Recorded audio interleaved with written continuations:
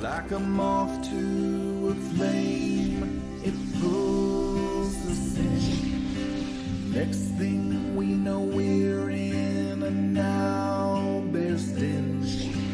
Tomorrow, I know it all begins again. But where we're needed, we will go. And I'll roll the dice. Haven't you heard? The heroes have returned. Haven't you heard? The heroes have returned.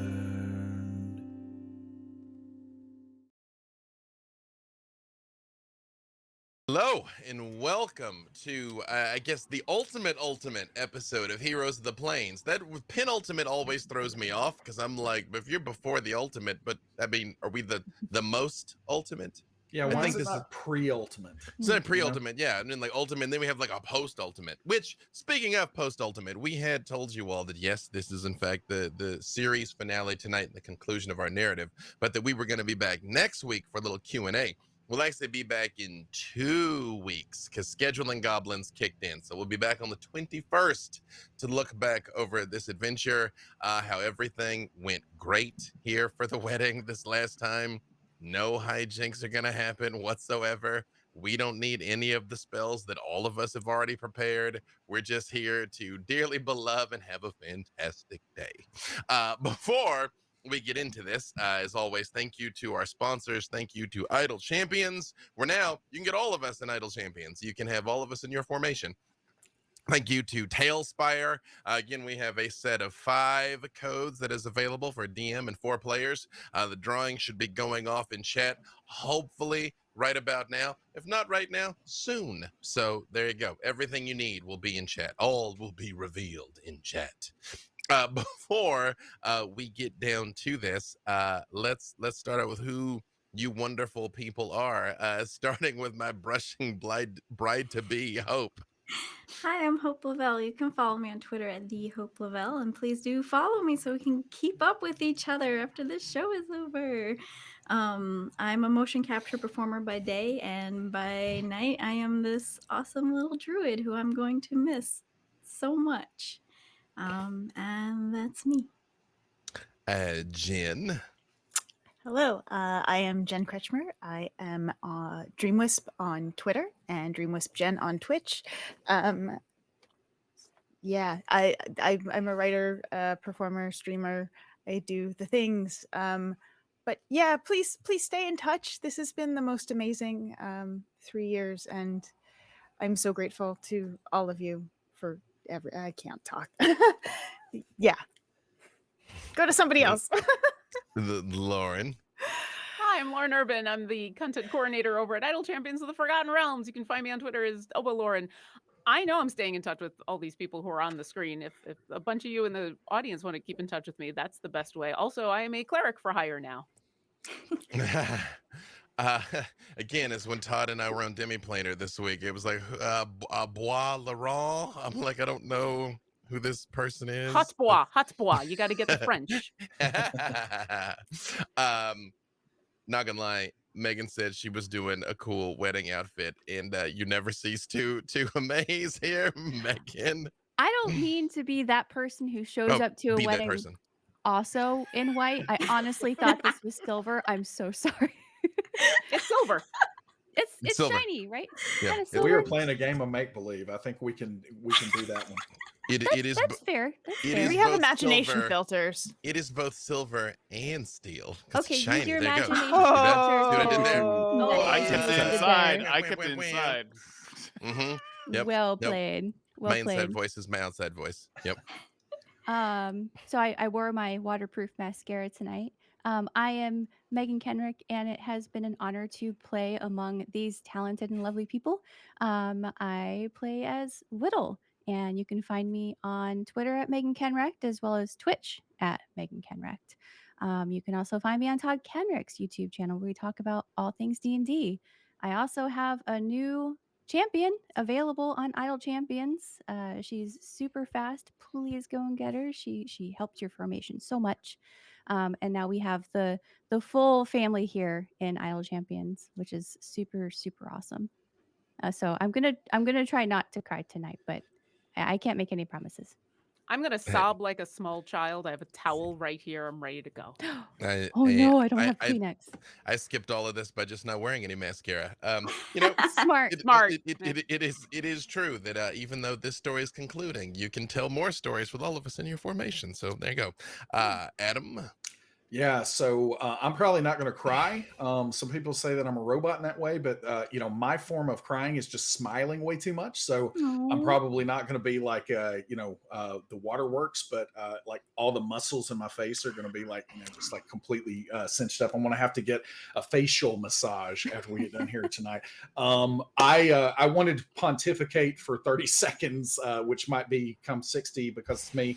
But I just wanted to say that I remember when initially putting together a little show that became, Heroes of the Veil, in a life that seems long ago, and all the incredible things that happened since then. Even in those early days, I almost forgot about Flapper, and just all the things that have happened.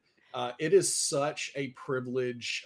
I've only got to do this, a handful of times across 30 plus years of playing these games, where you get to actually play with a group of players in a campaign that is telling a full story. Even though it's always meandering to some degree, it's always start and stop to some degree, because we live lives that are busy and everything else. It is such a just privilege to be able to actually get to a point where you complete something like this. And it has been just such a fantastic journey to be able to do this, in front of an audience, and with just an incredible cast that we have here. So it really has just been such a huge honor. And I love all of you, and I love all the viewers out there who have been with us on this journey. I wanted to call one of you out very, very specifically, and this is not playing favorites or anything else, but someone that is Robo Goblin TTRPG Gifts. Jorge, thank you so much for everything that you've done for us and the community here. You really are incredible, and we appreciate it more than you know. And I just wanted to, I know this is our last episode for these characters, this campaign. Wanted to give you a little bit of a shout out here tonight too. Absolutely. B. Dave Walters. Fortunately, I was gonna say I was the last one to join the group, but I guess technically Meagan came after. And started is just a character in a one-shot, playing a character that was a thought experiment. For those of you that are familiar with my work on Vampire, Freely was expressly designed to be not Victor. That was it. That was the only thing he was supposed to do. And then Todd made me a mind flayer, and I was like, okay. And now Freely is the undisputed Baron of D&D. Undisputed Baron of the Veil. Yeah, exactly. So I gotta tell you, this it's been a fantastic ride, and it is wild because my lucky boy has definitely made his own luck from all the different series we've crossed now, being in a video game and all of those things, and getting to adventure to the very end, and having arrived with all of his friends and people he loves here in Tech. So with that being said, I just want to say, since I don't know if we'll have a chance to say it as clearly later on, thank you, Todd, for this grand adventure that has been beautiful and terrible to behold. And once more unto the breach, dear friends. Once more, turn it over to you. I did that on purpose. I want you to know what. I want you to know it. Yeah, I appreciate everyone watching. I appreciate all of you. This is a hard day, but that's what happens to campaigns, is you get to the end, and it wouldn't matter if it didn't end. So I guess let's just get to it. So in a burned out jail cell somewhere in the city of Fallcrest, largely ruined but now slowly being reconstructed after throngs of demons attacking the city. It's a very dark corner, and you hear an echo from Asmodeus. Not live, just an echo. And he says, "Now that you've tricked me, what's your wish?" And you hear a tiny little voice in the darkness. "I want heroes." And so it's morning on Storm Herald. And you all wake up, and there is a wedding. Where is this wedding going to be? I think right now Storm Herald is perched above a mountain range with a volcano. It's pretty active. Smoke is billowing out of it, but it doesn't seem necessarily too dangerous at this moment. And friends and family are arriving. Some of them you love. Some of them not so much, maybe. Already the place is filled with Chewingas. The Chewingas show up early, bright and early, and these tiny little fairy creatures are just running around, drinking all the ale, drinking all the wine, drinking things they think are wine or ale, but they're not. They may be coming out buckets of Briv's room. We don't know. We try not to ask. I keep them away from the blue cookies. I specially commissioned the blue cookies.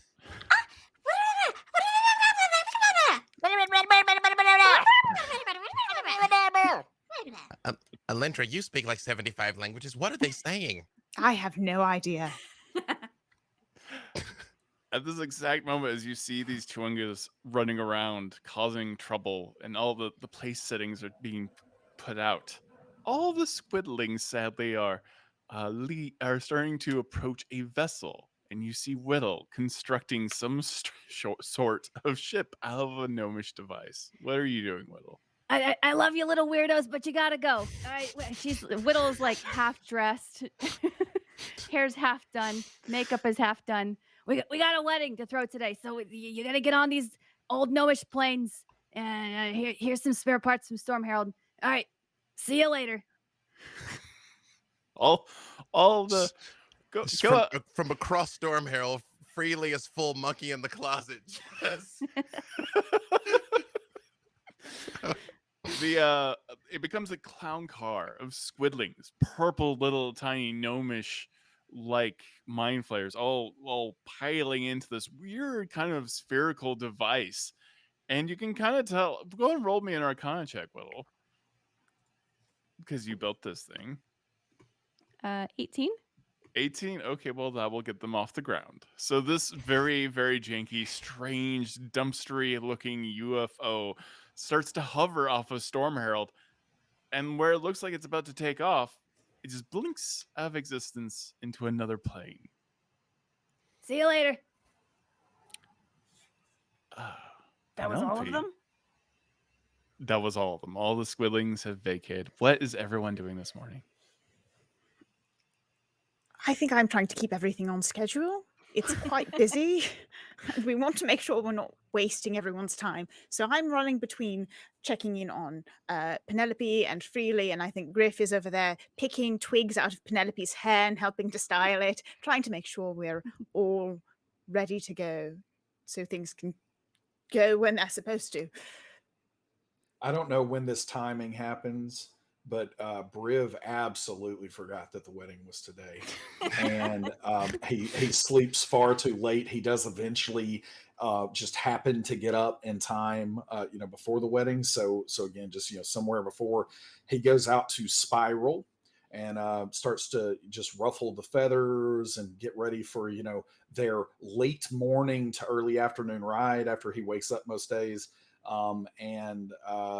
Then he kind of sees some of the activity around him, and he doesn't really put it together at first, but then he sees some more, and eventually after 3 or 4 instances of people scurrying about, he understands that there is a wedding today, and then he proceeds to act like he knew this all along and just slides back to his room, puts on his best suit, which is basically just a nicer loincloth.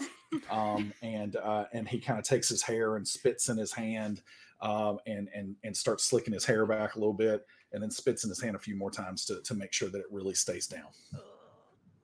And the first few guests have started to arrive. Aside from the Chewingas, there are several live edge tables all around the outside of Storm Herald where it's exposed to the air. Are you having this wedding below, or are you having it above? Like on the ground or on Storm Herald itself? I think it should be on Storm Herald, right in the courtyard where the large tree is. Okay, and that's where you're having it. Yeah. A disturbing amount of interplanar creatures are showing up. They start just popping into existence around the tables. I think one of the times that Alyndra comes to check on Freely, he's still not dressed yet and just kind of sitting on the edge of the bed, and he's like, Alyndra, could you help me with something? Of course. Are you all right? Yeah.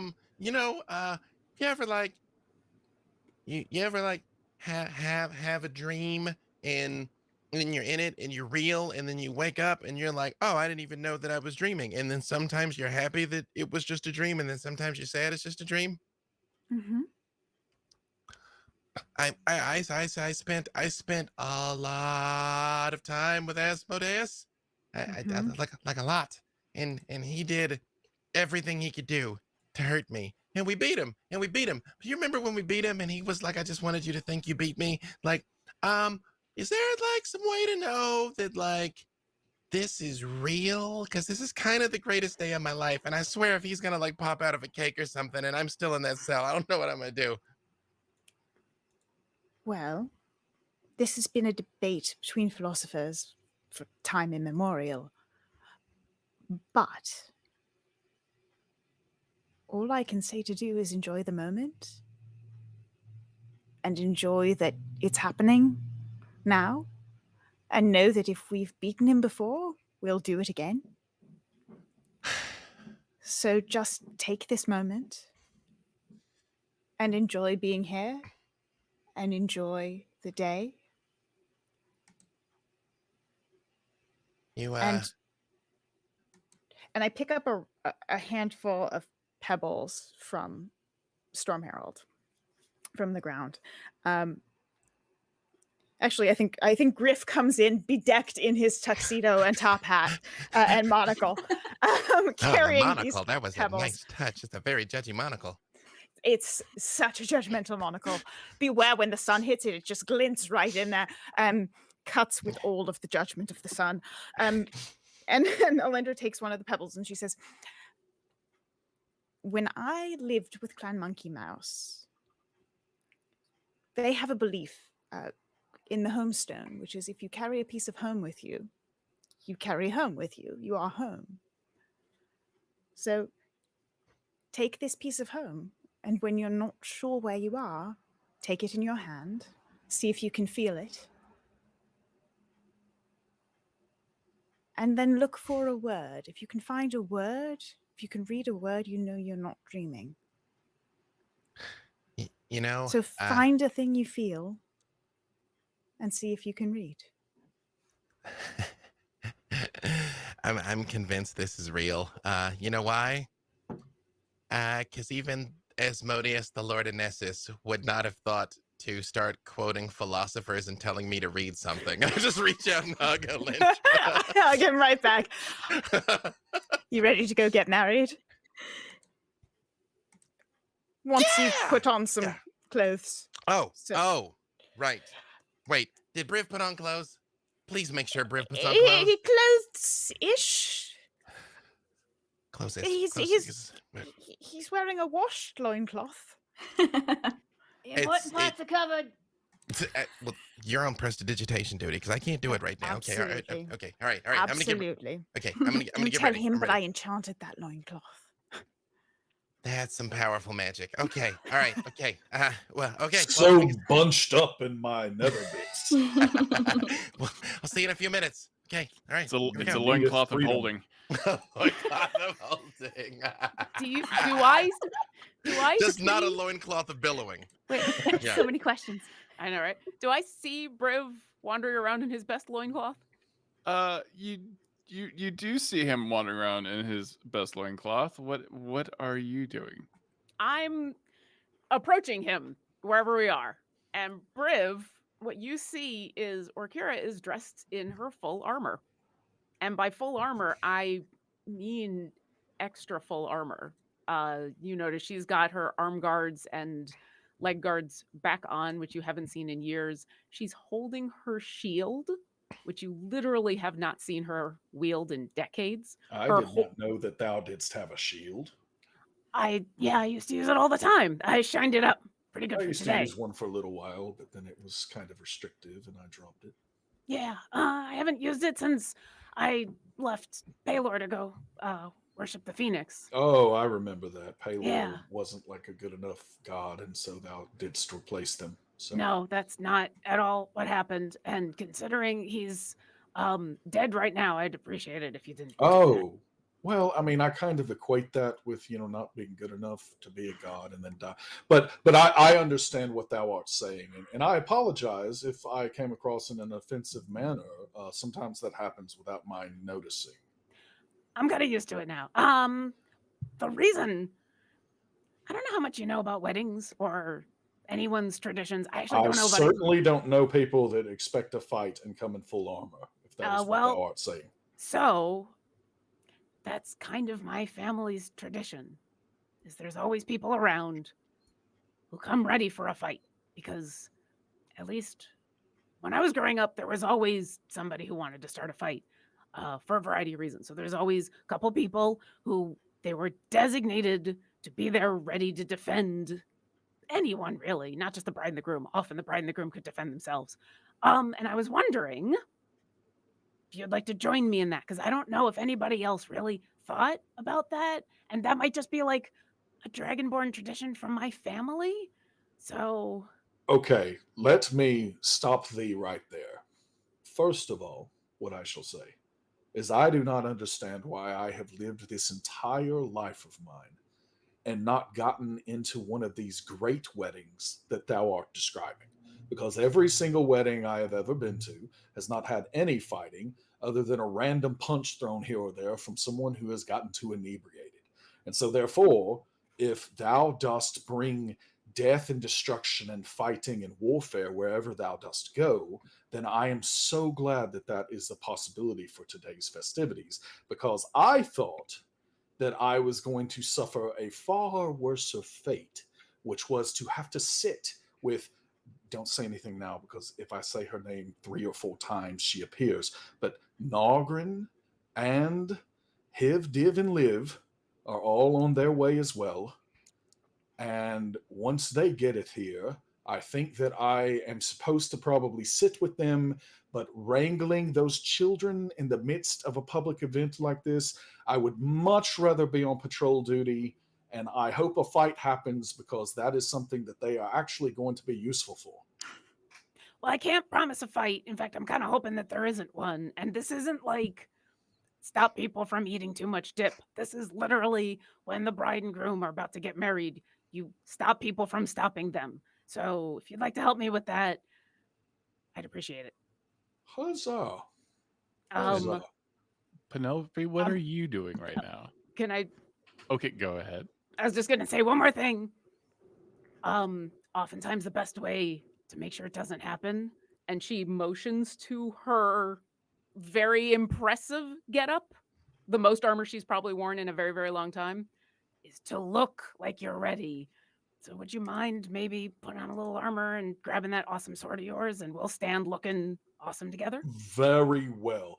And basically, you see that Briv pulls out probably more metal than you've ever seen him pull out, because typically he wants to remain as light as he can. But this is kind of like, Iceman in X-Men 300 days, where all of a sudden he just like puts spikes on top of spikes, and he basically starts walking around almost mech-like for a little while. And the next time Orkira sees Alyndra, she will wink. And I wink back. And Alyndra is wearing the ceremonial dress of Agma. It's called a kantlara. It's a white shirt and trousers, and I'm wearing this over my armor. There's the vest is called a kantlara. It's a black vest with gold brocade that is woven into spells.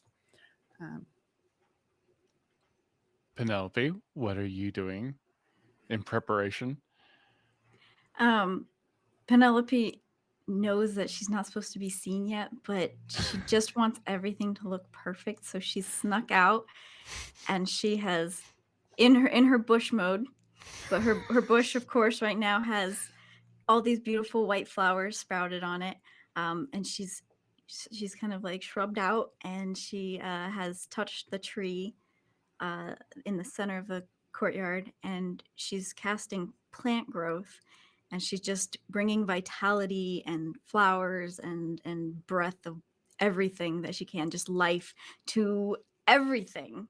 And there are vines growing on the walls and all sorts of things. And it just looks like this beautiful, picturesque, almost forest. Perfect. The tree grows, and the branches get bigger and bigger and bigger until it's almost creating a dome around Storm Herald itself. And little fireflies start emerging out of the tree, kind of setting kind of a glow amongst all of the table settings everywhere. Anything else? The table settings there are blue cookies for some reason everywhere. All the candles are green flame. Green flame. And it's about that time. It's getting close. Gifts have started to arrive. The table is starting to bend. There are a few celestials, a few planetars that are also in attendance, which is, yeah. They don't really wave back, but they look very stern. Alyndra eyes some of the planetars because she has not had the best experiences with the last time she saw them. They were trying to take us all to prison. Did Penelope's parents make it? These two very short halflings, hunched over, old halflings, are just grumbling about what type of cook. I don't think it's not blue, it's cyan. It's the cyan cookie. No, it's not blue. No, it's not the same thing. We're not supposed to argue at her wedding. This is her big day. Penelope's big day. Yes. She's still alive. You see these two very old halflings that look very much like Penelope. Penelope sneaks over to say hi and says, "Mom, Dad, you made it. I haven't seen you in so long. You're still alive."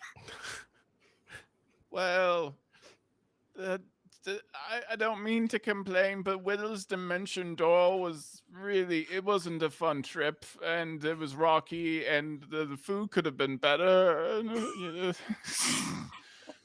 just so happy that you made it. Thank you. I know you haven't left the village like your whole life. No. So for you to come out here for me, I just want to make you proud.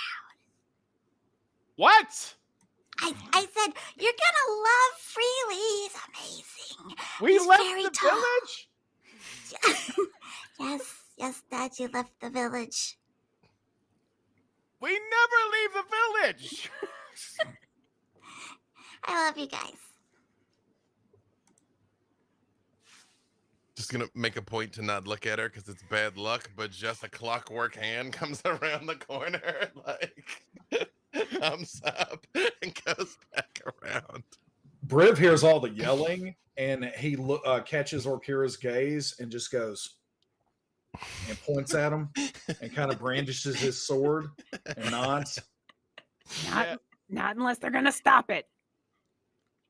People, Puts the rule. sword away. people start to sit down, and you see Ramble and Bramble are serving food.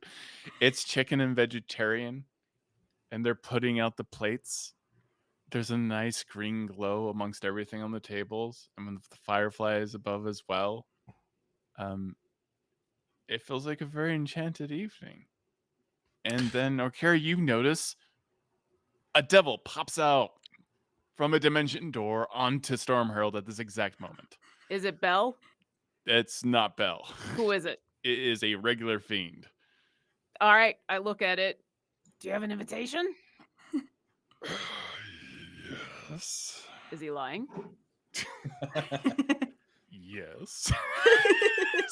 My hand lights up with not fire, but in this case it would be radiant energy, and I say, "You have one chance to leave." Not fun. Not fun at all. Okay, fine. And then this sulfur erupts, and he disappears. And I wait. Okay, good. And she's And been Briv was smiling the looking whole the time. other way, like never saw any of this. Really? The moment that I see Widdle anywhere, I'm gonna hit her with message and be like, Widdle. Yeah. Widdle. What do you need? Can I like talk to you just for a second here? Yeah, sure. What's going on? You okay? You're not getting cold feet, are you? No. I mean, look at these feet. No, they don't get cold. I just felt like a super spike in evil. Did something terrible just happen? Like, that's everything okay? Oh yeah, no. Something just popped through the dimension door, but Orkira took care of it. Oh. You're fine. Hey, Don't worry about it. hey. I got this. Hey. I don't know if we're gonna have a chance to like talk later, because I feel like things are about to happen like pretty quick. I just thank you, because without you, this literally wouldn't be happening like at all. What do you mean? You know what I mean. I mean, I sort of went up against Asmodeus, and Oh, that that? was just Yeah. well, yeah. Is that all? Right? Was that just that little thing of trading your Yeah. soul for mine? Whatever. Yeah, you're right. I did pull some strings for you, but it was worth it. Just to be here today, to see you and Penelope getting married, just fills my cold vampiric heart, vampiric heart with hope. Well, hey, I've asked you a bunch of times. I know you say you know what you're doing, but just wherever we all end up, if you need me, you need any of us, but if you need me, call and I'll be there. I will. I don't really know what's in store for me, but don't worry about that. This is your big day. This is your big I day. know. And Yeah, it's but- gonna be fine. It's No, it's gonna be a great day. It's a great week. the Yeah, boring, right. great. Nothing ever happens there. So enjoy your day. It's peaceful. Look at the place setting. Everything is. Well, look what Penelope did. Did you see what she did? She No, made I made like a concerted effort to not look that direction. I'm not supposed to see her. It's bad luck. Oh, you're Every not time I see a supposed to see plane, that. well, but see, if I I don't didn't know, say every anything. plane could be her. I don't know. Oh, that's true. Right. Well, Yeah. it's beautiful out there. Hey. Thanks for getting rid of the squidlings. They put me in a weird place because they kind of helped last time, Yeah. and I'm like, that. they're that's kind sort of of cute, but they're kind of weird. I get they- it. Yeah. Okay. And he just reaches out and hugs Widdle. He's He like, hugs him right back. remember, I got you. Okay. Thank you. Thank you. Is there still a dead tree in this courtyard? That tree is not dead. It's alive. Yep. Okay, the tree's alive. So at one point you do see before this starts, late but not tastefully, distastefully late. Nargrin, Hibdiv, and Liv, arrive. What about Briv sh- Jr.? No, Briv Jr. is too young. He stayed at home. And so, Briv has no clue who he's staying with. That he's not. And then basically, she's wrangling. They get to their seats. Briv leaves for just a second, and he says, "So they have gifts." And you hear like anybody around hears like way too loud, like, "No, I didn't get them anything. Did you get them anything? No, I didn't get them any. I thought that was what you were doing." And so then Briv Alyndra- says, "Oh, go ahead." No, go ahead. Briv was just going to say like, "Oh, it's all right. I shall handle this." And you see that he starts to walk up to the tree, and you see that he spits on the tree, and he starts like doing something that looks almost like a ritual that he's doing on the tree. And he's like circling it, and he's drawing like a circle around it. There are probably like markings in the dirt around it that are maybe not appropriate for all ages. And then he just turns back to Nargrin and nods, and she smiles and gives thumbs up. Oh no. It's a grinding tree, everyone at home. Fully sanctified, fully certified grinding tree. And That's all right if they don't like it. Fiends. If it's all right if Penelope and Freely don't like it, I will remove curse on the tree. It's fine. The next time I see Widdle, because I get the sense that Widdle has been blitzing around. Yeah, she's moving too fast. Yeah, whereas Orkira's kind of planted herself in the middle of everything, put her shield in front of her, and is just kind of smiling, keeping an eye on everything. So the next time she sees Widdle go by, Widdle. Yeah, what? I left the gift in your workshop. Can you go grab it? I think I'm supposed to put it on the table. She's already back with the gift. Yeah, Here you go. Perfect. I don't know. So do we leave it on the table, or are we gonna get a chance afterwards to like give it to them? I don't know. You can try to put it on the table, but I think the table's probably gonna break. So I think yeah. Grant's over there like welding support beams to the table, just like breathing little bits of lightning to weld All right, more The support on table the table. is bending, and there's a very, very large present, too big of a present that's like in the center of everything, and it's leaking kind of green goo. All right. Give it to me. I'll stick it in my bag, and then we can give it to them afterwards. okay, here you go. Because I'm assuming your purse is just not big enough, and I will stick it in my haversack because I came fully kitted out. She has a bag of holding that can hold up to 500 pounds, but I don't know what you got. I just have a haversack because I don't do bags of holding for reasons. I wonder why. Mm-hmm. Hurtful. But true. Valid. Yeah, ooze continues to leak out of that one big present.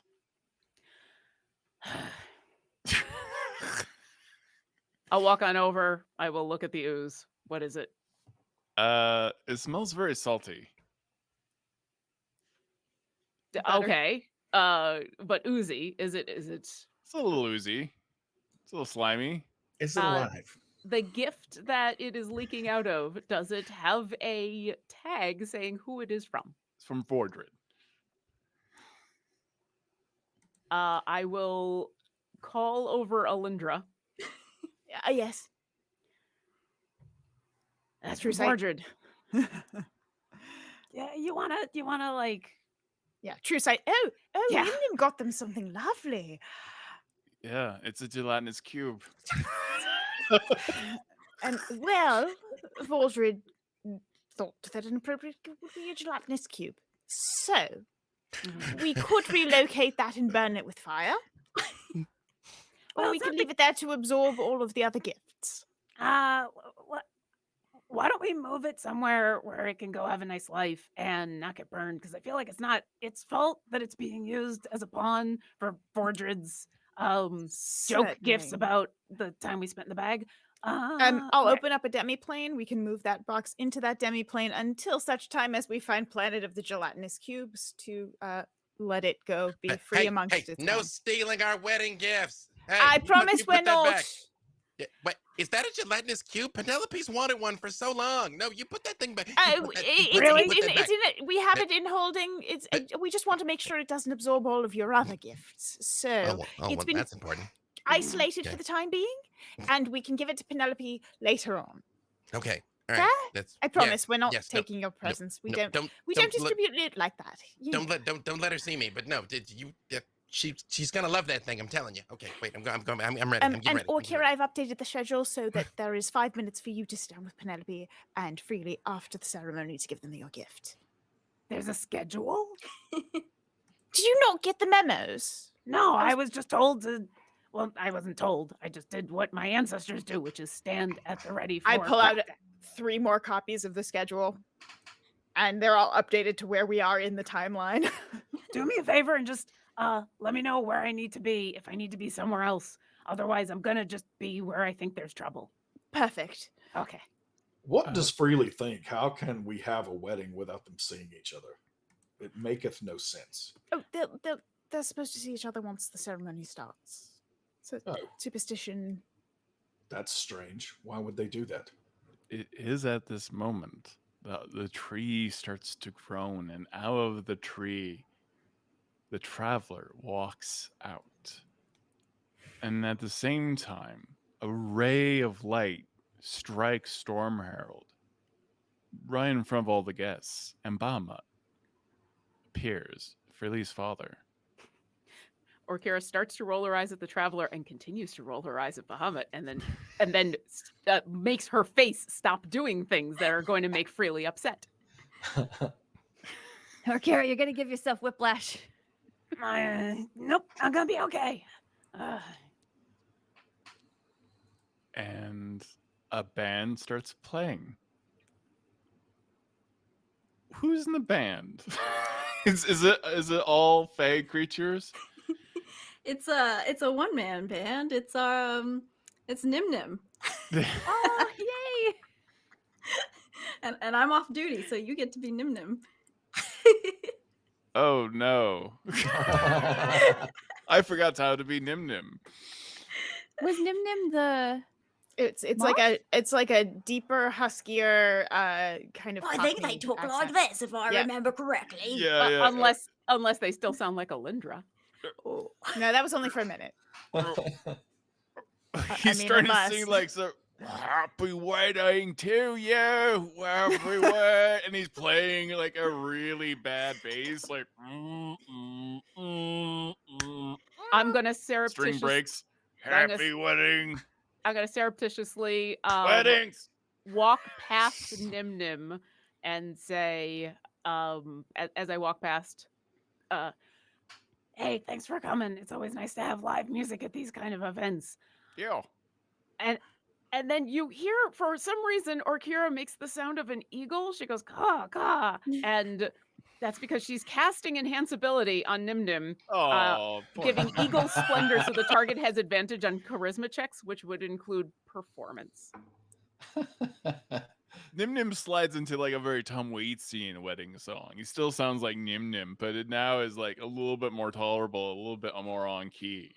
And he takes out a little fedora, puts it on, and starts singing while he's playing the bass and the drums and a harp All at the Nim Nim's same got all time. the and the war skills. drum. She's the coolest. Hey, Mage Hand is really effective. It really is. Mhm. The wedding and the music, everyone starts sitting down and start getting quiet. The Chewingas even start getting a little bit quiet. And you see a couple of boggles hiding around in the corners, not causing trouble just yet. But Orkira, you see the boggles. And they see me seeing them. Yeah, they feel the judgment. I'm not judging. Griff is. There is zero judgment. There is just warning in my face. And I am smiling the whole time. Just warning in your face. There's welcome. Don't start anything. Valid. All right. How does the wedding look to both of you and Freely? Freely? I definitely would come out first, so I could be there when she came out. And he's wearing a white sort of a flowy tunic that's almost like gossamer with red flowers all over it, but it is all flowers that he's seen Penelope pick over time, so there's no pattern to them whatsoever, just different flowers all over it. And he is not carrying his sword, but he does have his staff. And after he stands out there and everybody sees him for a second, he taps it on the ground and casts Reduce on himself. So he's going to be about Penelope's size. Oh. Shrinks down. and puts the staff away and walks up to Bahamut and walks up to the traveler and looks at the traveler for a second and says, Well, "Yeah, you know, as strange as it seems, we have never actually met. I've heard great things about you. How you doing? I'm Freely." And I do try to shake the if traveler's hand. so you shake the traveler's hand, and it's a very like thin, wispy hand. Well, if they are great things, then they must all be true. I do really appreciate you taking care of each other. And then he leans in. Oh, but Freely, if you ever hurt her, you'll be gone forever. Oh, no, don't worry, buddy. I've killed 2 gods already. We'll get along great. No, it's fine. Yeah. Oh, don't worry. I'm not God. I'm just an interested party. I'm a friend. You're going to do great. Yeah, no, it's gonna be fine. It's gonna be fine. It's gonna be great. And turns and looks at Bahamut and doesn't say anything to Bahamut, just like, oh, sorry, and he just sort of like motions towards the volcano, and he's like, sorry about all of that with Auntie.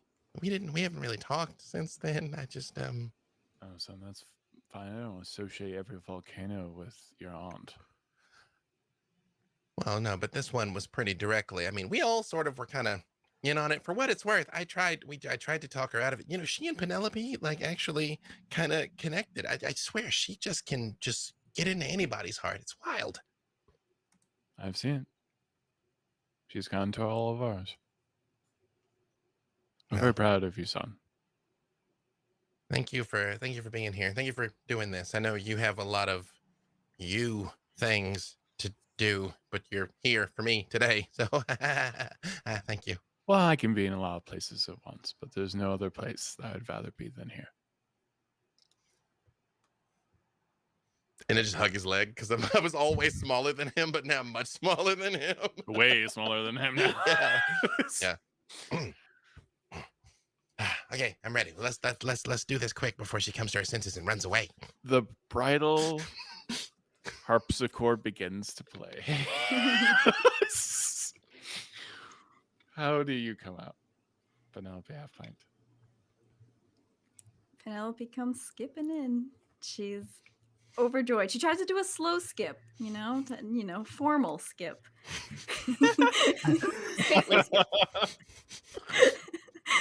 Hop together. Hop together. There's little chewinga flower girls throwing petals in front of you. Walton is walking me down the aisle. I think Griff is flying behind, making sure that your train is fluffed out. And Penelope just looks over the crowd and seeing all the faces, friends from all across the plains who made the journey here. And then she sees Freely, a very small Freely. And she knows exactly what he did.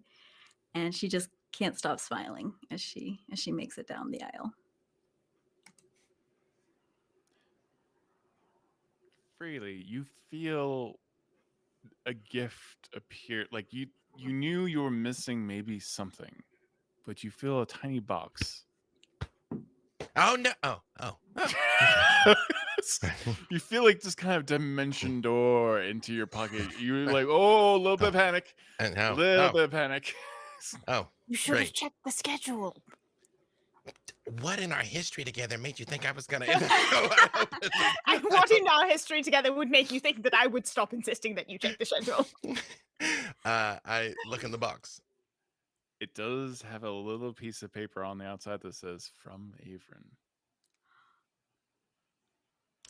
I actually, even though I see Penelope and everyone and they look so excited, I kind of make a point to turn around that if it's like got a like ink bomb like a bank robbery, it's just gonna get me and not her. And I crank it open and look at it. You crack it open and there's a little note inside, written in very tiny handwriting that only tiny eyes could see. Lucky for him, I'm not my normal stout self right now. And I do try to open it up and read it. You read it and it just kind of unfurls and it just kind of keeps on unfurling. It's a little bit of a joke scroll. But it says, hang on. Okay, no, come on, Avron, get to the point. next to Sophia's, you are my best friend. And whether I am here or not, I'm always here. I'm very proud of you. And so this is something Sophia's and I made for you. These rings are made out of metal and wood, and they're a lot like ours. When you wear these, whenever one of you is hurt, you can share that pain.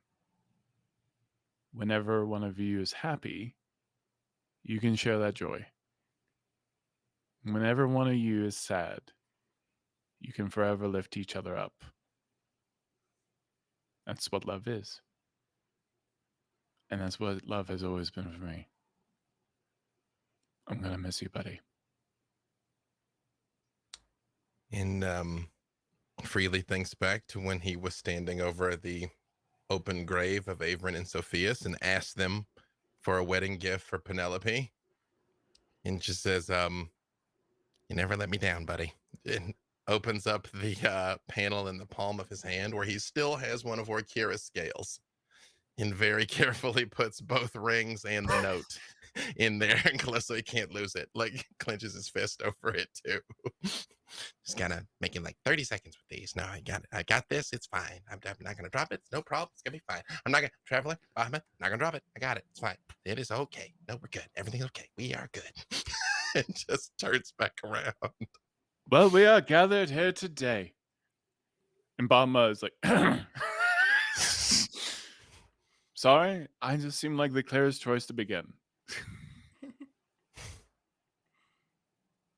We are gathered here today for two lovely halflings that have made a whole heart. I felt like that line might have been cheesy, but I just went with it. So, Penelope Half-Pint, you are one of the kindest souls anyone has ever known. The very trees smile at your presence. It takes the biggest heart of all to want to make friends with everyone. No matter how evil, no matter how seemingly monstrous, everyone in this room, everyone on this storm, Herald, knows that Penelope is always a friend. When she was a little girl, she didn't have a lot of friends. But she chose to change that for everyone here. And so it's hard for her to see how wonderful she is, as much as it is hard for me to know she will not be living in the Feywild with all of us. I am thankful for her friendship.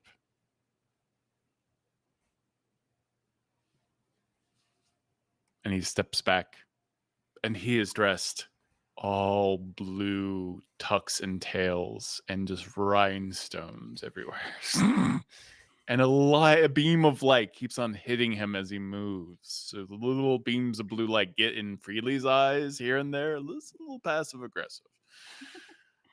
That's a lot. I mean, hey, you know, I mean, I've been dodging Griff here, and now I'm dodging you. Okay, that's cool. All right. And then Bahamut, speaking of a lot, steps forward, 10 feet tall, dark skin, shining light, just glowing, and you have a sense of friendship and peace immediately wafts over you.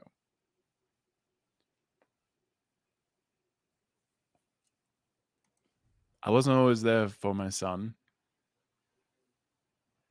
In fact, I wasn't. I watched from afar, and that was a hard choice. Yeah, he asked me to be here today, and I knew he would not become the person he is today if he was living in my shadow. And now, through no work of my own, no matter how dark it is, no shadow can overcome him. It might be because of the light that he has always been walking towards. And I think that light is Penelope Half-Pint. I'm so very happy that here now, after all these dangerous adventures, you two have found each other. I couldn't be happier than to have a daughter like you, Penelope Half-Pint, and a son like you, Freely Half-Pint.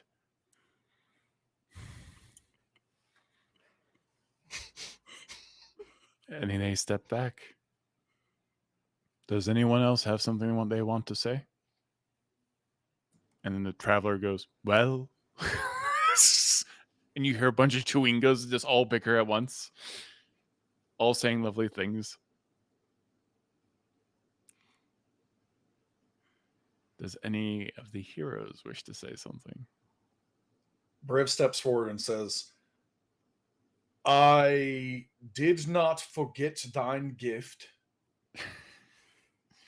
I have made thee a grinding tree right here at home, where thou canst grind it out whenever it strikes thine fancy, and just make sure, well, actually, I mean, others can watch if you want them to, but it is going to be for thine convenience, and I hope that thou dost enjoy it immensely. Really? I love you. I appreciate the gift, but the only thing I want to grind is spices. So I'll love it from afar. Take thine self. Widdle? I also didn't forget a wedding gift. Freely, Penelope. I've been so honored to know you and to get to know you as friends. And I think I want you both to be the new pilots of Storm Herald. And she hands them a little box with a red bow around it. Attached to it is a little white note that says, Widdle's room is theirs for whatever they might need it for. And also, look up.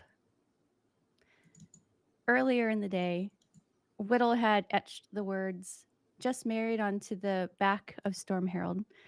She also suspended 6 barrels full of alchemist fire from the back of Storm Herald. They are conveniently floating over a volcano. I don't think it's time for that just yet. It's not. She hasn't said she will yet. See, we haven't said that part. Hold on to this gift. Open it later. But it would mean a lot to me if you would accept it. He freely takes it and he looks at it and he's like, is it okay? Is it okay if I don't use the parking brake? That thing just gives me a devil of a time. I'll figure out another way. So you don't damage the discs.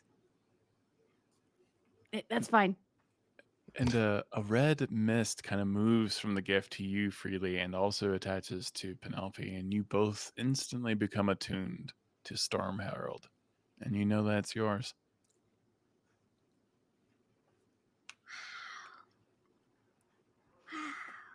There are way more mice on board this ship than I thought. Yeah. And it feels weird. You feel itchy. Thanks, Widdle. Alyndra? Alyndra steps forward and takes out a box for Penelope and also a small as well for Freely. Inside Penelope is a matching homestone to the one that Freely has, but yours is suspended on chain. It's a thin silver chain, and Freely, yours has the setting to be attached to the chain. The chains are enchanted with a spell that Alyndra has invented called Alyndra's Advisory Apotheosis. And what that does is allows for you, after you rush into something without thinking, you can reach out to a trusted friend for counsel and aid. And it has the unconditional friendship of Penelope Half-Pint, and the dedication and action of Freely woven into the magic of the spell. Oh, now that is some powerful magic. I love it. So, in hopes that you know that you always have friends there to help you, and that you never forget the kindness and compassion with which you move through the world, and the action with which you move through the world. And may those things come together, and may you bring those to everything you do. The pints. I'm about to say, don't 2 half pints make a whole pint? Like that's I feel like that You- is an accurate statement. We're just the pints. You now. are the pints. Right. Okay. Right. Perfect. Another Perfect. pint. Exactly. Yeah. Orkira. Orkira's been standing on the side, continuing to smile, but be very conscious of everything that's going on. But then noticing that it's her point in the schedule, she walks on up and digs into the bag and pulls out this fairly tall wrapped gift and says, so the reason that people cry at weddings is because even though weddings are celebrations, they're good things, they're changes. And everybody ends up feeling a little sad because I thought it was because they were very boring. I mean, hopefully you haven't gone to boring ones. I haven't thought that this was boring at all. But you kind of end up being sad that things are changing. And I know no one wants to admit it, but after today, it'll be a little different. And that's okay. But I worked with Alyndra and Briv and Widdle and put a little something together so that you always had this moment to remember. And she'll hand you, as you unwrap it, it's a big piece of stained glass.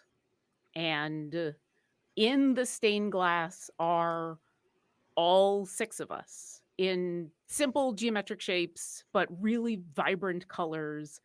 And you can even maybe see another face behind all of the characters. And she says, so I was able to get some sand from the plane of fire from the Phoenix, and Alyndra gave me some of that, some of the minerals that you need to get all the colors, and Widdle helped with actually making the whole thing happen, and Briv, because he's a blacksmith, he was able to give me some metal to put the whole thing together. Oh, that's what that was for. That's what that was for. So I thought you were gonna say spit on it. I mean, I was going to have him spit on it to cool it off, but then I thought better of it, so he just got the metal. So I hope you like it. And you can put it anywhere you want now that you kind of own the place. This is the most beautiful thing I've ever seen, and I've seen freely. I was gonna say it's the second most beautiful thing I've ever seen because I've seen Penelope. So we were thank you so much. Thank all of you. This is Well, if no one has any objection, Oh my gosh, it's beautiful. then Vordred holds up his hand. I Banish.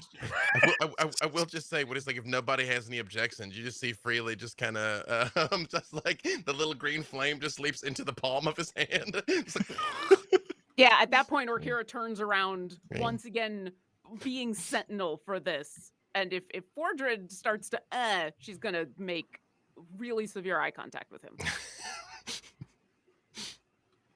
Perfect, yes. Vordred gets immediately banished. Oh, wait. Oh, no. I'll just come back. Pops in. What? Okay, I'll be good. Sorry. No objection. Jeez. Oh. Hey, Vordred, what you doing later? Oh, I know. You're being quiet, right? That sounds made up. Working on his abs. And now, depends on your point of view. And now, I think we need to hear from the Half-Pints. Pints, sir. We are Pints. collective Oh, pint. sorry, Right, I wasn't right, clear yeah, on how right, yeah. Well, were there? Well, I mean, were, the are her 2 parents, half-pints are about to become are an her entire parents the a whole quarter pint. pints? Did it start with ounces? Well, who wants to go first? I mean, historically, I would say ladies first, but then I feel like I'm supposed to go first because you tell me. I don't know. Hey, you want? Everyone is staring at you right now. I don't Hey, want to wait, embarrass you in front I of brought my the chance multiverse. cube. I brought my chance cube. Do you want to roll for it? See? I love it. I love chance cube. Go. Okay. All right. I'm even. I got a 1, but I'm a halfling. Wait, hang on. Chaos! Chaos! No, not at this wedding. Chaos! Nope. No. Nope. Nope. Okay, all right. No. Correct. Not chaos. Then I have a 9. Perfect. So you're first, Freely, because that what that Penelope means? said she wanted evens. Oh, okay. Yeah, no, I'm blanking out. I'm getting a little strokey here. Okay. Okay, I'm first. That's cool. Everybody's looking at me. You have to tell Penelope how much I love her. Okay, no problem. Okay, so so Penelope, I tried to write something, and that's not who I am. Every time I wrote something, I'd be like, oh, she's way prettier than that, and I'd erase it. And I'd be like, oh, but she's so much sweeter than that, and I'd erase it. And I'd be like, oh, I appreciate her so much more than that, and I erase it. So I just figured I just have to like just stand here and look you in the eye and tell you something. So you met me during a dark time when I was a little not myself, and you were still so kind to me right then. And then you sort of abandoned me in Ravenloft, but that was okay. Contextually, it all makes sense in retrospect. But I just found myself thinking, I was like, I have to find that girl again. She asked, would I be her friend? And I said, yes. So I have to be her friend. And I worked a long time, and went all across time and space, looking for you. And then I finally found you. And it's just for the first time ever in my life, it all made sense. And every time I look at you, things make sense. And you change and I change, and I've seen you be big old mammoths and whales and like tiny little teeny tiny mice and everything. But I don't know if you know this, your eyes always stay the same. And every time those eyes look at me, I feel this warmth in my heart. And I just knew that there was never anywhere I wanted to be that wasn't with you. And I thought that we weren't gonna have that chance. And the time that I was with Asmodeus, I only ever had one regret, and that was not telling you that I love you. And so I'm gonna tell you every single day from now on, for however long we have left. And judging by your parents, that's a long time to just tell you every single day that I love you, and to just have some fun. So I guess I kind of know the answer, but I might as well just ask, just to be clear. Penelope Half-Pint, do you want to be my friend forever? Forever and ever. And he holds his hand up and opens that little door with the ring inside. And takes it out. Reaches for her hand.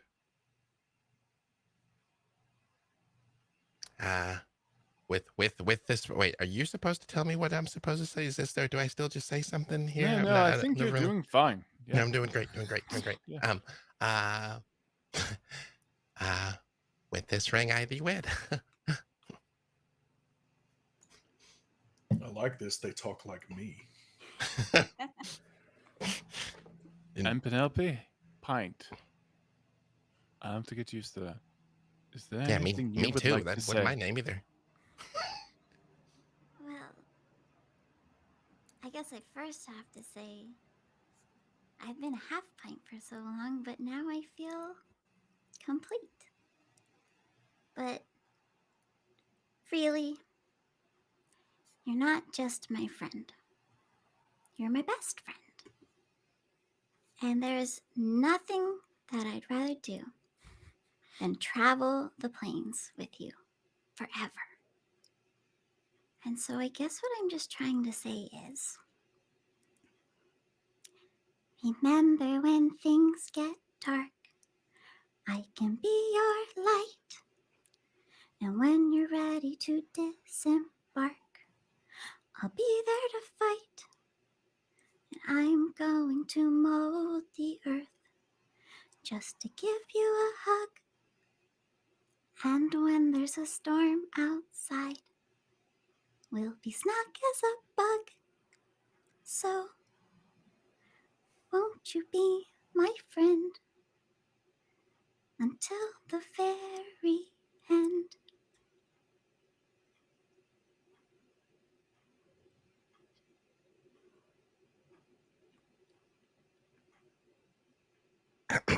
Yes. And I place the ring on his finger. He definitely makes a point of putting it on his still flesh and blood finger, not the clockwork. You may now kiss the tiny halfling. And I'm I'm talking very about freely. Oh, right. That's. There's the tree right here too. Maybe later. Maybe later for the tree. That's a It private. looks like Widdle and Vaudredor are using that tree. Major image, just like I put a beautiful woven vine screen around them. Whittle, It's only now, nobody now, can see us. And maybe some music.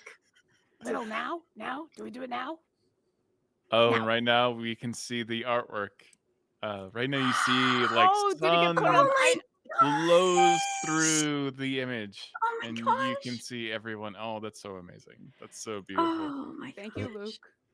Oh, Oh, that was that's Luke so McKay. incredible. Luke McKay. Yep. Oh, Oh killing my it. gosh. Wait, For the wait, last, put- yep. wait, put it- I put was it- asking everybody. Yeah, apparently it's up on the screen. I didn't on know. the I'd linked it to screen. No. everybody in the all of you, but yeah. Wait, you linked it where? I haven't seen it. I really haven't. Like, I Oh, was, it's I, in the the Demiplane. page. It's in the Game. game chat. You'll see. You it. snooze, you lose, buddy. I was in It's party like- chat. It's like he's getting married and he's focused on getting married. right. Oh, that is fantastic. Oh Oh, my that's gosh. fantastic. Thank you, Luke. Yeah. Thank you, Luke. Beautiful. So incredible. That one's getting saved locally.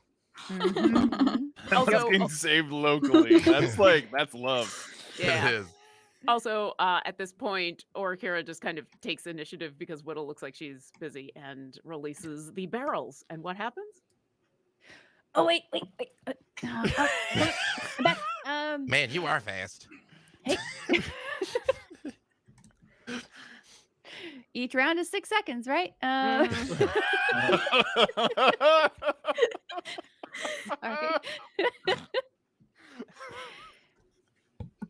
As the barrels drop, each barrel spells out a word. Stop laughing. It's a touching moment. Oh, it was a Not touching that moment. big. Yeah, there's a lot of There's a touching lot of going on. touching. There's 6 seconds worth of touching. Maybe Multiple more. multiple actions per I mean, round, Will man. does move 150 feet per Sure. every 6 seconds. So. Action, bonus action, reaction. So as the barrel drops into the volcano, a massive explosion erupts as each barrel drops, spelling one word each. Each word spelling out, and they lived happily ever after. In a massive, fiery explosion. And then the volcano explodes. I would Too like much to alchemist fire was used, and As- the side of the volcano facing out explodes off into the distance. With this That wasn't remote supposed to happen. control, I think Would- Orkira had something. Yeah, what was that, Rakira? I was gonna try to stop it, but if it's not coming in our direction, then Go ahead and stop it. I was gonna say with this remote that Widdle helped, can I just jump storm Herald? Like, that's incredible. Boom, boom. well, Go ahead, if it's gonna go off, Like, I think Orkira notices, and it's a bit too much sulfur. And I would like to quickly pray and divine intervention. Could just like delay that for a couple hours. And the Phoenix should be able to just, put the volcano on pause. Yeah, the entire mountain explodes, and you are all surrounded by lava, and it pauses for a moment as she prays to the Phoenix, and the lava just kind of hovers. And now there's a nice warm glow around all of Storm Herald. And that's the second gift from the Phoenix. They also say they love you. Aw. Oh, I never really thought the Phoenix liked me all that much, so that's good. That's nice. That's Well, they certainly love you. those two states are not the same. That is true. That is true. I mean, did we? I just look at Penelope. I'm like, did we do it? Are we pints now? Well, did you do it? I now pronounce you man and wife. It's time to party! Huzzah! Prestidigitation sparks in the air. Yeah, absolutely. There's Gremlins pop flowers out, and and all definitely- kinds of like weird fey creatures run around, and there is a wild magic spark, and unfortunately some of the chickens suddenly get animated. They are resurrected and start running around that people were going to eat. Some of the cutlery becomes animated as this entire place has become suffused with resurrection magic and the magic of the Feywild at the same time. Make a all well, point- this was quite predictable. and make a The point second to give- setup is in the other room, prepared for when and this make a- was...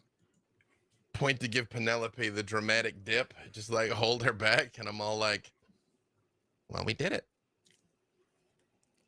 Just give her a kiss before he picks her back up. Like, all right. So what are we doing? We eating? We fighting? We jumping? We reveling? We're reveling! Revel! Revel! Yeah, huzzah! Hors d'oeuvres! At Huzzah. some point, Briv is definitely singing some form of karaoke, and he just started. He's just like, "I shall make thee smile whenever thou art sad, carry thee around when thine arthritis is bad, and then Good I'll choice. miss thee, kiss thee, give thee my coat when thou art cold, need thee, feed thee. I'll even let thou holdst my rod of control." And he eventually starts like locking eyes with Nargren, and you can tell deep down they really do like each other, even though it might not seem like it. They do. Oh yeah, Nogren's giving you the look. It is Mhm. happening. Not then- on then our grinding tree. We I get just done. got it. We just got it. We excuse ourselves. There's an impenetrable cell down there. You can try that out. There. you Oh, have it, let's go. That cell's gonna get him. Shall be penetrated. I turn and I look at Bahamut and I'm like, I don't know how much longer you've got. And I would say they're not normally like this, but I'm not gonna lie to you. They're absolutely like this all the time. But can I ask just one little favor? Just Yeah, son. I have an idea for the honeymoon. I just want to make sure it's okay with you. And I get him to like lean down and I tell him in his ear where I want us to go. Do you tell him? It's a place he'd say yes to. I'll send you a separate He's message. slipping but into my say- DMs. He'd say yes. Yeah. And you all have revels. Alyndra Well- sings Briv the Bald in karaoke. and Nim Nim's just like, oh, that's a good cover. My rendition is not nearly as good as Nim Nim's, but I give it a shot anyway It's not hard. because why not? All right. Yeah, that is where the honeymoon is going to be for sure. Just want to check, we can find out the hard way if the answer's no. Jump the ship and I think that can be arranged. Well, I guess it's happened. Yeah. I gotta tell you, I've spent so long looking for her and then like doing like hero stuff And now we're gonna take like a little break, but I mean, I'm sure we're gonna do some more hero stuff. There's gonna be like some mess somewhere that we can set right. You're not. And he does hold her hand, and he's like, "You're not mad that I'm not coming to Celestia now, right? I mean, I sort of have something to live for now." So, yeah. No. It'd be very judgmental of me to be upset with you for not coming with me. And then very much gives the slow look at the traveler when he says that it'd be very judgmental to be upset for not coming. I am famous for being judgmental. And Griff gives a look that puts them all to shame. And the fireworks continue too long. It seems like it may be burning the atmosphere no that such Widdle has thing set as- off. No, no such thing as too long.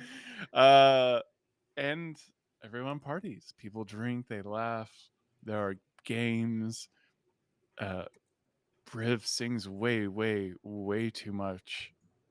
And you all have a great time. Nothing bad happens. No demons show up, no devils. I mean, one of the gifts from Avon is a bag of devouring, but you know, lots of warning labels on that. And you have all these friends from all over the plains. These people that you've changed their lives. Whether it was in Avernus or Mount Celestia or Kryn or Faerun or the elemental planes, all these lives you've changed. You see genasi, you see elves, you see dwarves, and you see some creatures that you don't even know what they are yet. But you've been across the universe and you've done your best. You've saved krakens. You've healed things that were in pain. Krakens.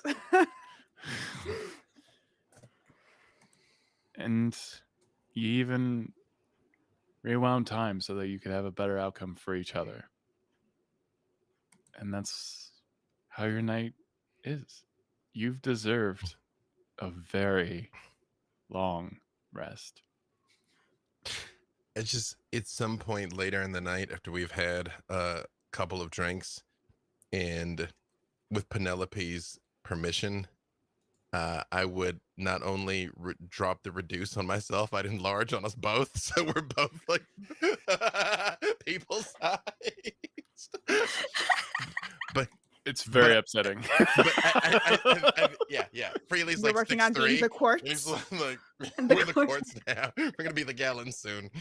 But with her permission, I would be flipping through the book of exalted deeds, like, oh, I remember when we did that. I didn't even remember that. Oh, yeah.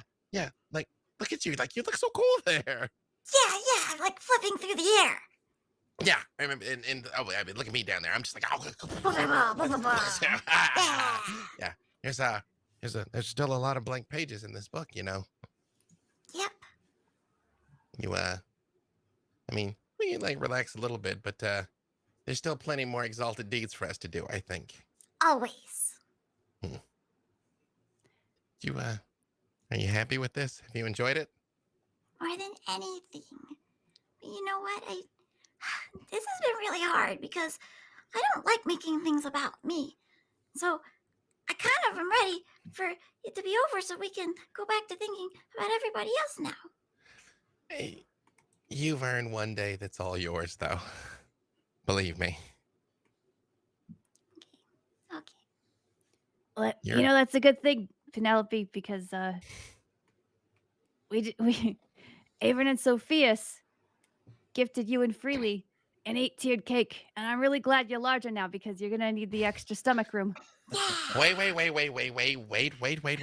know Sophia's goes hard on the butter, though. Hold on a second. Wait a second. Wait. I told her tiers? go easy on the butter. So it's a beautiful 8-tiered raspberry jam cake with buttercream icing. It's not just butter, Okay. it's buttercream. Okay, but Hang on. who's inside it? Yeah, right. Because we just saw Avon not long ago. I know it's No, weird. no one's Time is inside weird, it. and No he one's inside literally it. took his skin off. No, he literally, and I know that man will put his skin in that cake. I look over at Alyndra. There's a 1% chance it's not cake, but it's probably not any person, or definitely not I even. eat skin all the time. What's the problem? there's nothing part wrong of with most the Alyndra looks things. at it and she goes, no, it's not skin. I just checked. Oh. And I rolled for it. And it's not. But those At- hot at dogs you had the- earlier, Freely. I got me. Hey, got he me to wasn't lower- using it anymore. He got me to lower my defenses with the nice words in his note, which eventually at some point in the evening I do show Penelope the note that Abram sent. But Yay. I'm like, wait a minute, what is this written on? Ah! So the cake is probably about the same height as Freely and Penelope right now.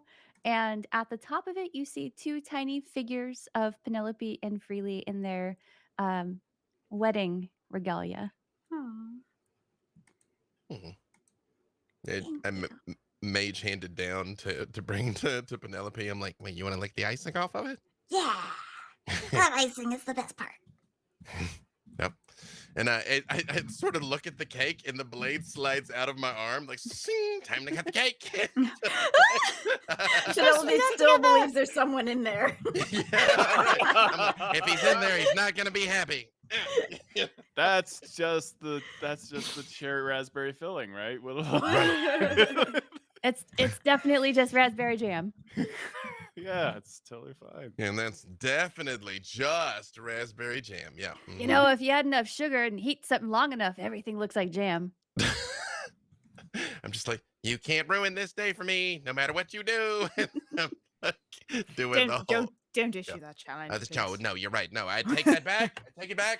Whatever. Yeah, I'm supposed to be fates or off duty powers- now because you actually Yeah. got married. Like, I should be done, but I'll go get my shield again if I need to. When are we ever off duty? We just do things and stuff goes wrong and we set it right again. You know, you guys, I know this sounds strange. We got married. We've been gifted the ship, but I mean, we could. I mean, we're just gonna take a little break and then we could do this all again. Like we don't have to break the band up. First of all, he said duty. Second of all, I have places that I would like to go. I won't speak for anyone else, but I certainly have places to go. So Back to the grinding tree. We've all been to that place, I've been Briv. Like we there know half a exactly dozen where it is. times at Where least. would you like to go, Briv? I need to go travel back to Theros. I'm expected there soon.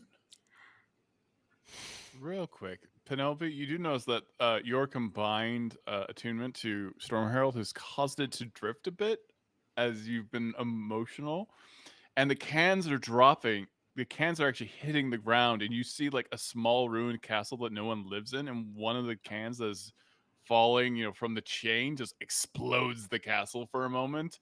As they kind of replicate that can effect that you see behind a car of just like bouncing around and destroying everything in their path and leaving this long dirt trail through this abandoned city. That's probably abandoned. That looks empty. That looks empty, right? There's Yeah. no one down there. Don't worry about it. I mean, probably lift it up just like a little bit, though. You know what I mean? Like, isn't this the Netherese? Isn't stuff like this what got them into that mess? Like, Tensor's floating disc like under the things to make sure they're not crashing into stuff. I'm in no Well- condition to drive, though, so I can't help. Whittle, And- I can be your chauffeur tonight. For the next, I don't know, few minutes anyways. And so the wedding part of the night is over. And some days go by. And you spend time together. You have laughs. You remember the good times. And some of the bad times. But you remember the friendship the most. And Orkira, after some time has passed, what do you do? After some time has passed, Storm Herald ends up floating on the Sword Coast again on this absolutely gorgeous night. And you look up and you see just every star in the cosmos. And it's gorgeous.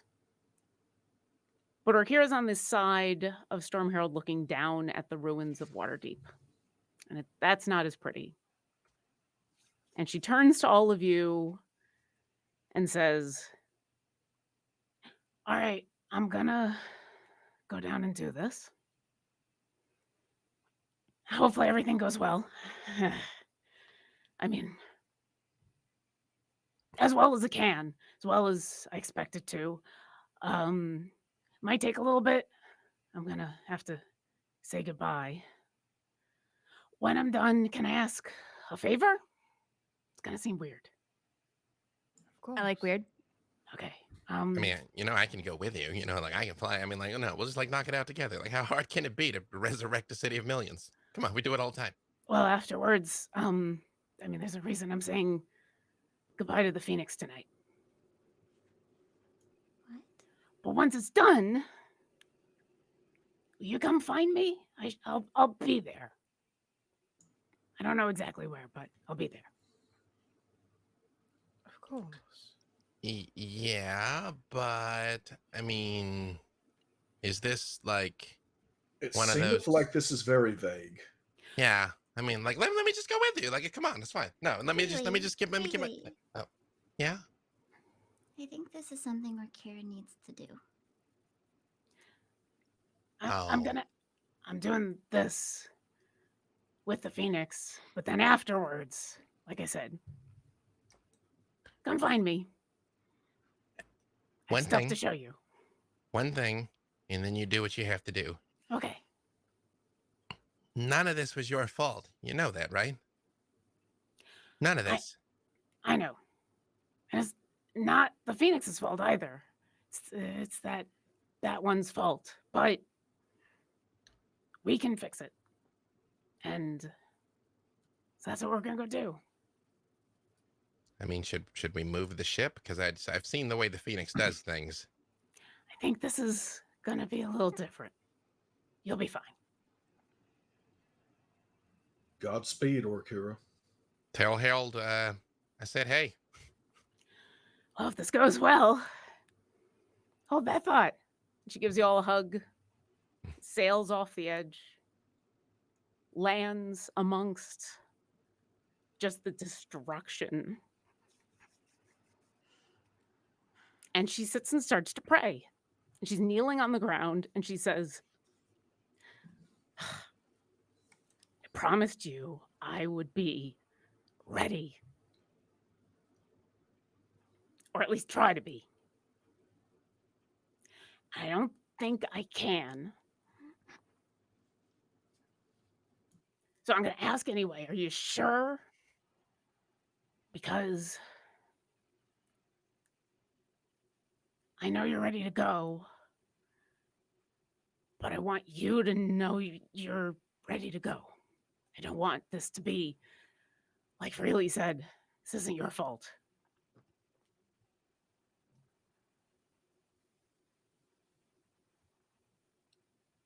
I'm ready to go. And I want my passing to bring them back. You have been my friend.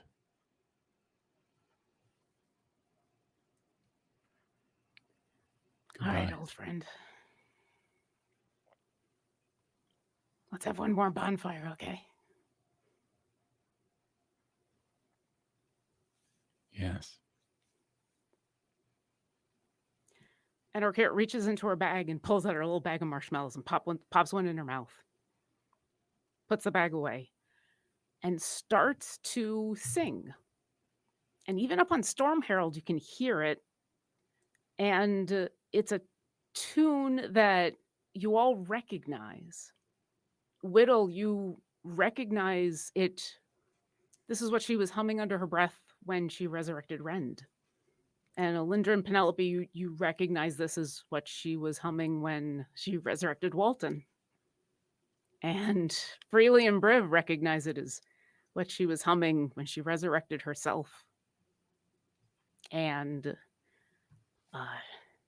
she starts to sing, and it's rough, and it's echoey, and she sings in Draconic, but you understand it anyway. Sleep now, my love, stars shine above, warm by fireside. May your wounds heal so you soon will feel sunshine on your hide. Family is near, friends are also here. You are not alone. Rest now in peace, watch we will keep safely in your home. When the sun does rise, open up your eyes, may your pain be gone. If your heart aches when you do wake, salve it with this song. If your heart aches when you do wake, remember you belong. And as she finishes the song, it's like she melts. And there's no explosion like you're used to. There's no ball of fire and giant batch of destruction. It's just this blending as she's gone and the phoenix is there. And this isn't Orkira's transformation. This is her god. And you can tell right away that while it's gargantuan and still awe-inspiring, it's tired. And it starts to circle the destroyed caldera that used to be the city of Waterdeep. And you watch as little feathers flaming in orange and red and purples fall off and scatter on the ground. And everywhere they land, something just appears almost out of a little fire that happens. A street lamp, a building, a tree, a bit of the road. And you see people. You see elves and humans and tieflings. You see families. You see groups of friends. You see wards appear. You see the docks grow, ships. The entire castle of Waterdeep just out of feathers and flame. And as it circles and spirals, it gets bigger and bigger and bigger. And the phoenix gets more and more translucent as more and more of these bits just fall off. And eventually they make this last spiral and end towards the center where whatever is remaining, just this faint outline of this yellow, purple, gold bit of fire explodes like fireworks and falls onto the city. And before you is the city of Waterdeep, teeming with people and life and noise. Do you go find her? Was the moment that happens, Freely just like steps off the ship and wings heading down. And I'm over the chat. I'm Orkira, where are you? Orkira? You don't get an answer, but you have a good feeling. And as you all come down into the city, you hear people talking, laughing. And you kind of overhear as they're all talking with each other, like they realize something has happened. They know that the city got destroyed and that they were all dead for a while, but now they're all back. And so they don't exactly know what happened, but they're aware.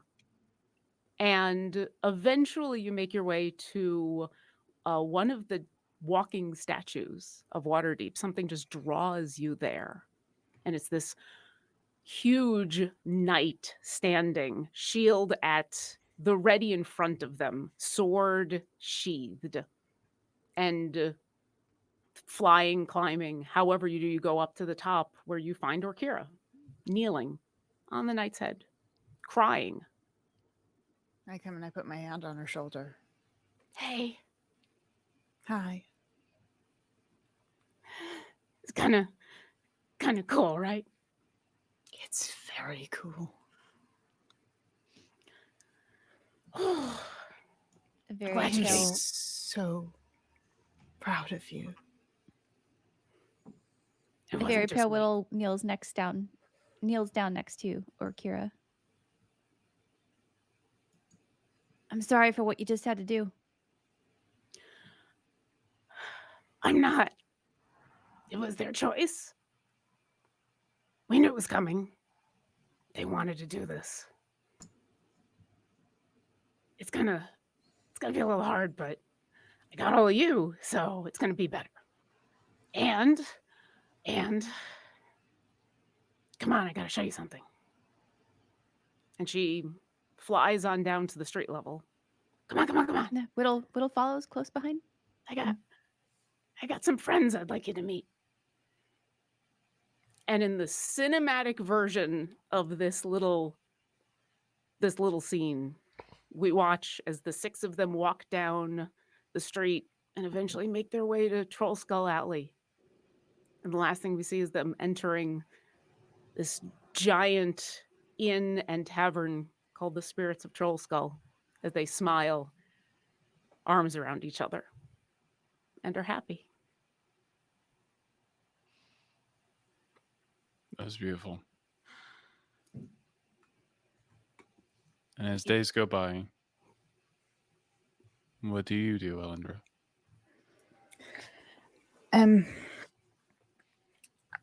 I had been talking during the reception to Nim, and one of the things that's always been important to Ogma and disciples of Ogma is ensuring that the stories and the histories are told. And over time, I realized that the way to do that, after talking with Orkira and a number of other friends, is to start a school. So we all go to the Mythalar because there seems to be no better place to put a school than on history itself. And so I reach out to the bards we've met along the way, Nim. I reach out to Rhymespiro, which is the disciples of Ogma where I trained. Freely, I ask you for contacts if you have any. And once we've restored the Mythalar, I establish a center of study, a home for those who need one, and a community that welcomes any who wish to preserve the stories of the world and those who were lost. The first book that is added to the collection is Orkira's Book of the Phoenix, which we sit down and we write together. The second is a child's guide to the history of Faerun. And the third through 10th are Tusk Love, volumes 1 through 7. Oh, wait, I'm sorry. I still have 6. Hold on. Oh, yes, we need that. Thank you. Yeah, they Put that on the shelf. seven was really something. It really was. They went there. Yeah. See where Briv got some of his ideas. Honestly, I mean, we can teach an entire course based around Tusk Love. And in fact, I think we do. I think there are bards that specialize in that sort of storytelling. Oh yeah, that's a very hands-on storytelling approach. Yeah, it can be, certainly. We travel the realms and the planes, collecting and sharing stories. And we name the school the Ouroboros Academy. And we continue to adventure and to learn. The Academy teaches and learns from the greatest bards while training any student who wishes to learn and share knowledge. For thousands and thousands of years, the Ouroboros bards perform the songs of heroes, of history, and of the unheard people of the past, present, and future.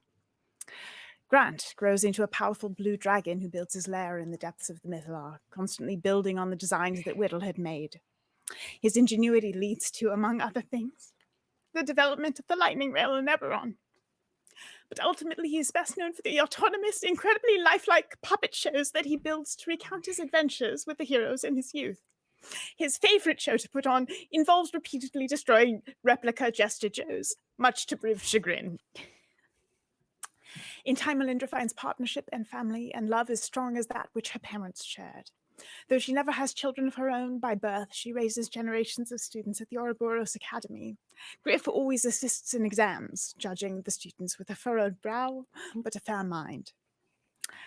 She never stops sending Orkira letters full of songs, and she reads Orkira's responses in her favorite armchair, cozy by a fire that smells faintly of marshmallows and whose warmth always reminds her of her friend. Thousands of years pass. And now, at the time she had always known would come, Alyndra, her hair much whiter, her emerald eyes no less bright, but now peering from behind spectacles, walks slowly to the gates of Mount Celestia. She leans on a cane carved with a half-dozen names and a single word in runes written in the language of time, runes with a double meaning. Most people understand that they mean heroes, but to those who learn the language of time know that in equal measure the same word translates to heart guard eternal, more commonly known as friends. And there, as she passes through the gates to join the figures who wait for her, she realizes with joy that this, all of this, was and is far beyond anything she could have foreseen. The next adventurer is a mystery, but she is with her friends. What could be more wonderful? Beautifully said. All right, I'm grabbing the towel. That's it. And I expect something just as moving, Briv. Of course. In its own way, yeah. Moving, all right. I mean, there may be a It's gotta move. I expect whatever Briv wants. So Briv will eventually talk the group into accompanying him to Theros. And, at first it is he needs to be dropped off at Theros. Everyone else is probably, even at this time, tired of Hivdiv and Liv. So because the family is still with him. And so, eventually everyone relents and, jump Storm Herald to Theros.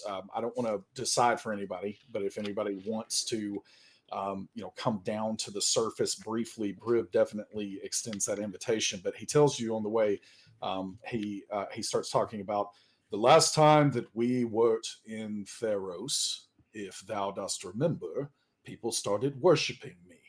Now, as much as I looked for that my entire life, at least as far back as I can remember, I have to admit it was a strange feeling. And it was a feeling of responsibility that I had not ever felt before. And I think that something about that moment changed me. I mean, probably the moments too before that where I jumped off Storm Herald into a literal ocean of demons and destroyed 50 of them at once. I mean, this was living up to my name of Briv the Badass or what have thee. But ultimately, it made me think about my legacy.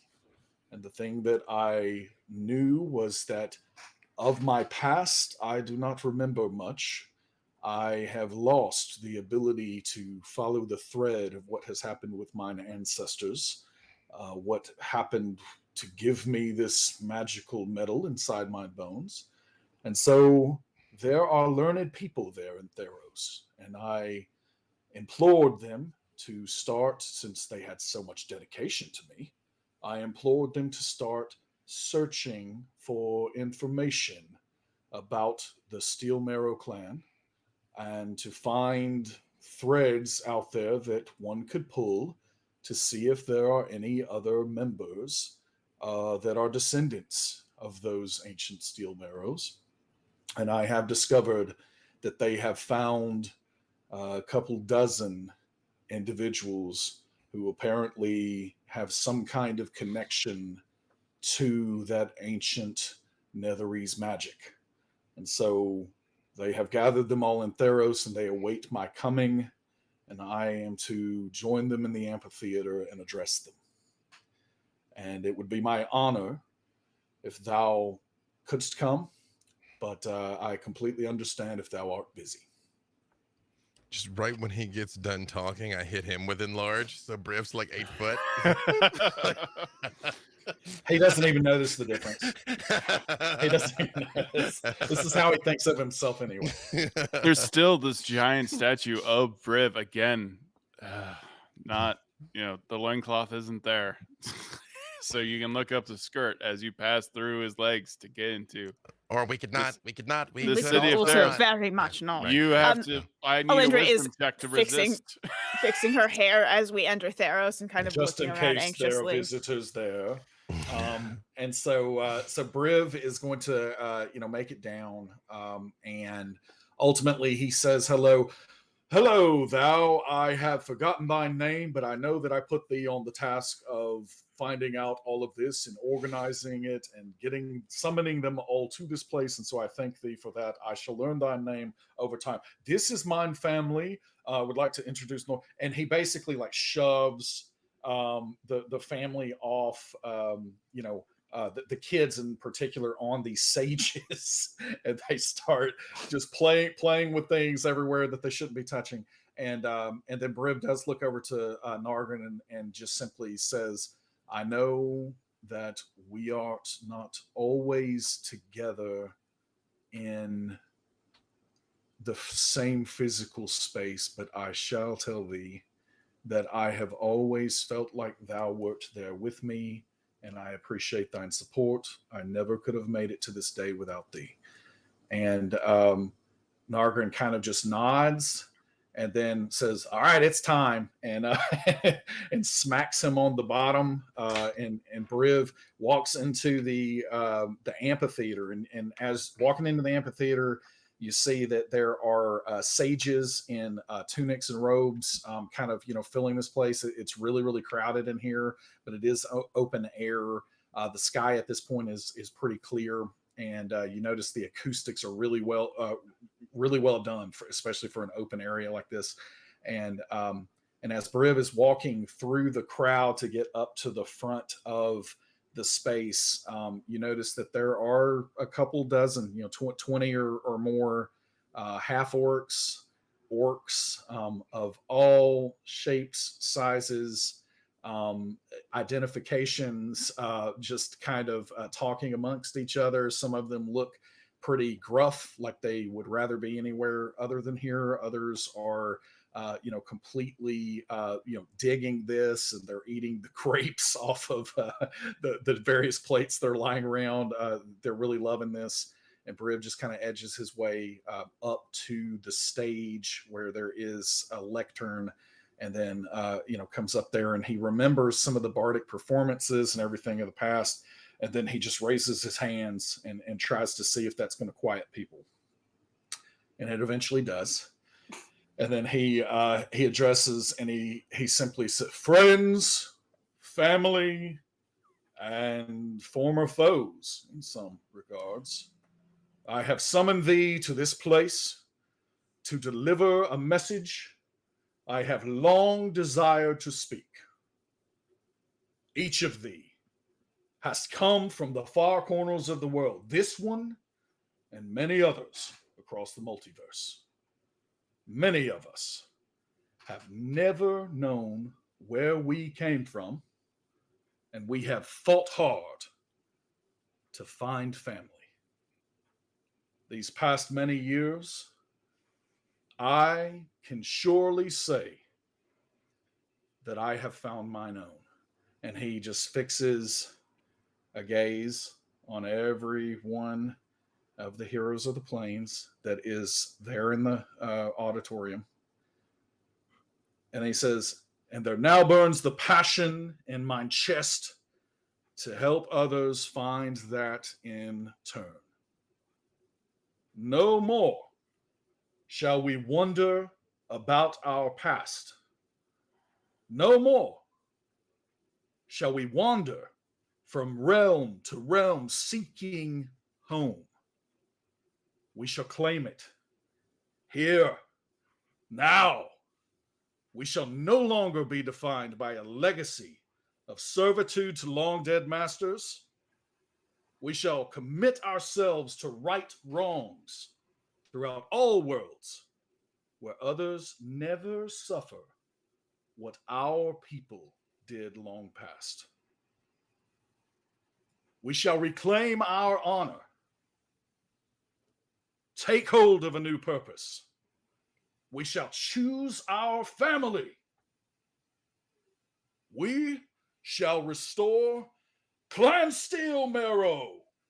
And he kind of magically alters his voice at the end. Steelmarrow echoes out into the heavens. You see even some of the skeptical orcs and half orcs in the crowd give a heave in celebration.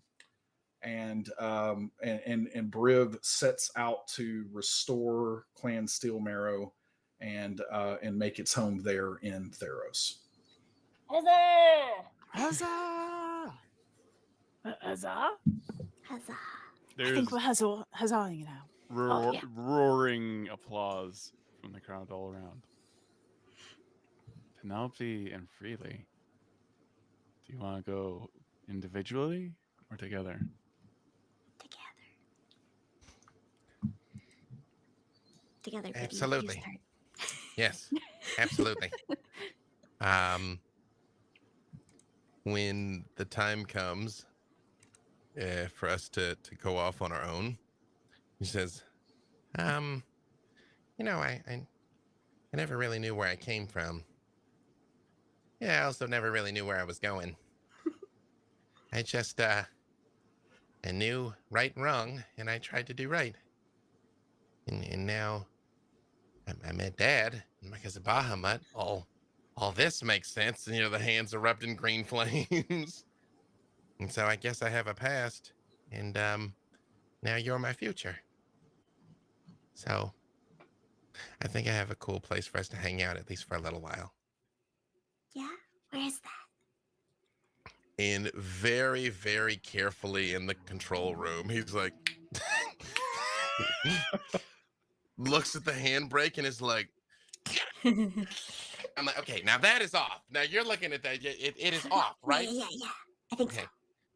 And hits the switch and jumps us to a wonderful, warm, sunny place that is trees and woods as far as the eye can see in all directions. It is teeming with life and nature, almost radiantly so, which is the Olympian glades of Arborea. It is basically the plain of forest in heaven in Mount Celestia. So it is a super forest.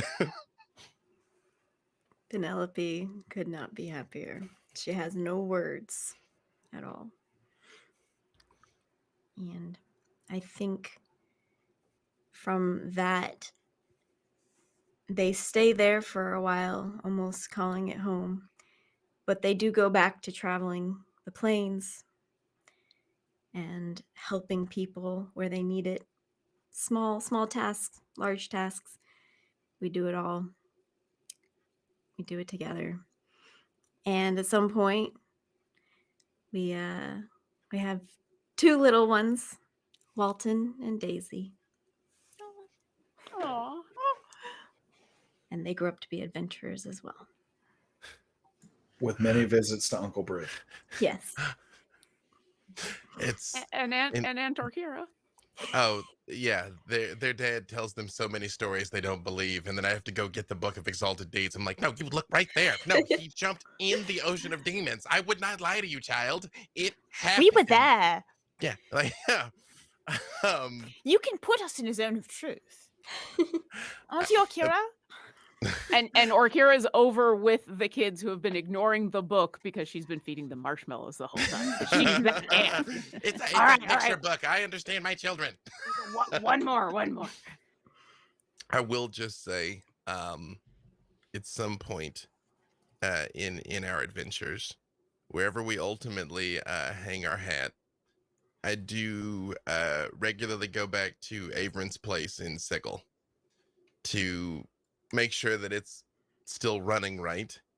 But from here, we can get anywhere, Penelope. Like, we don't have to take the whole ship. There's just doors to places. Like, see that door over there? I don't know where that goes. It goes to Kryn or spell jamming or something. I don't know. I mean, ending up out on the spell jammers, that's been a little mixed. That they got a little hairy with the mind flayers last time, and Okay, every time, but it's still. I mean, but it's nice. It's good to have options, right? Good to have options. Yeah, and maybe not this time. But that big tank of his worked for the gelatinous cube, so there you go. We can still come and feed it. Yeah. Yeah, we got to get that vampire out of there, though. That guy, I don't know what that guy did, but I mean, I think he suffered enough by now.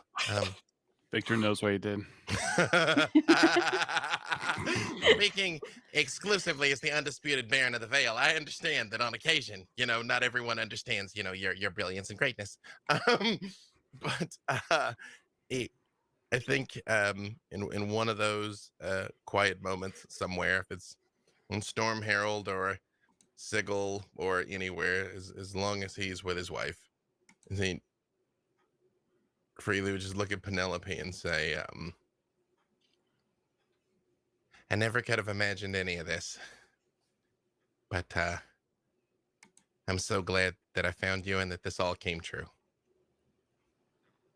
Me too. Perfect. As the days go by, Willow gets paler. Less life. And mists continue to grow on Storm Herald the longer she waits. And you can see it in her face. And Willow, you can sense it as well. You made a deal to bring Freely back, to bring his soul back. And now it's time to go back to Ravenloft. She knows that she's procrastinating, so she stands up and quickly runs over to everyone's rooms and leaves a little necklace with a small vial of her blood on their nightstands as a little trinket to remember her by. Might be a little disturbing, but that's how she shows her love. And she comes back to the helm of Storm Herald, and you see her upgrading the runes on the ship. There are 6 runes. The first one for Freely, the rune of luck. God dang it. Penelope, the rune of friendship.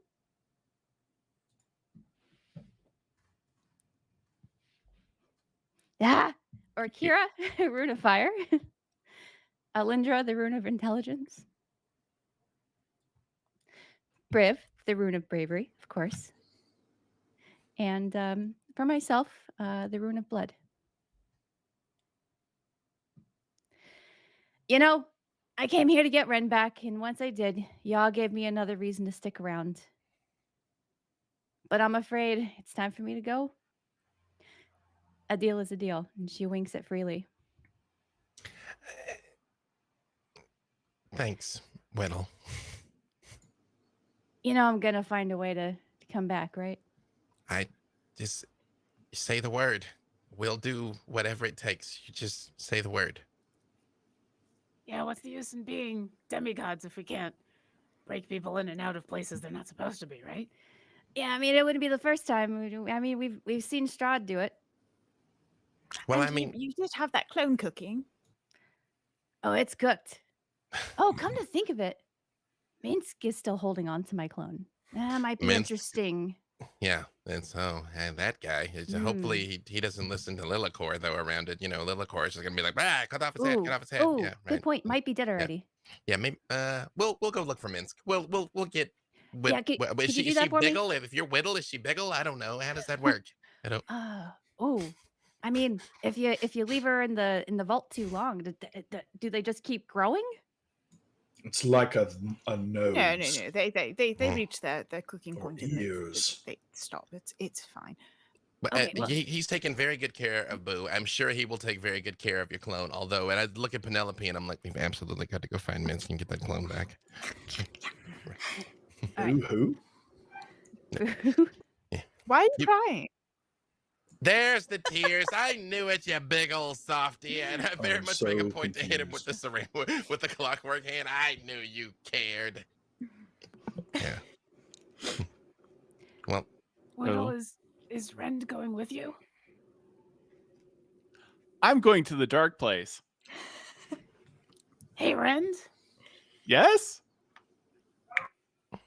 pull off anyone's head that tries to hurt her, okay? I will.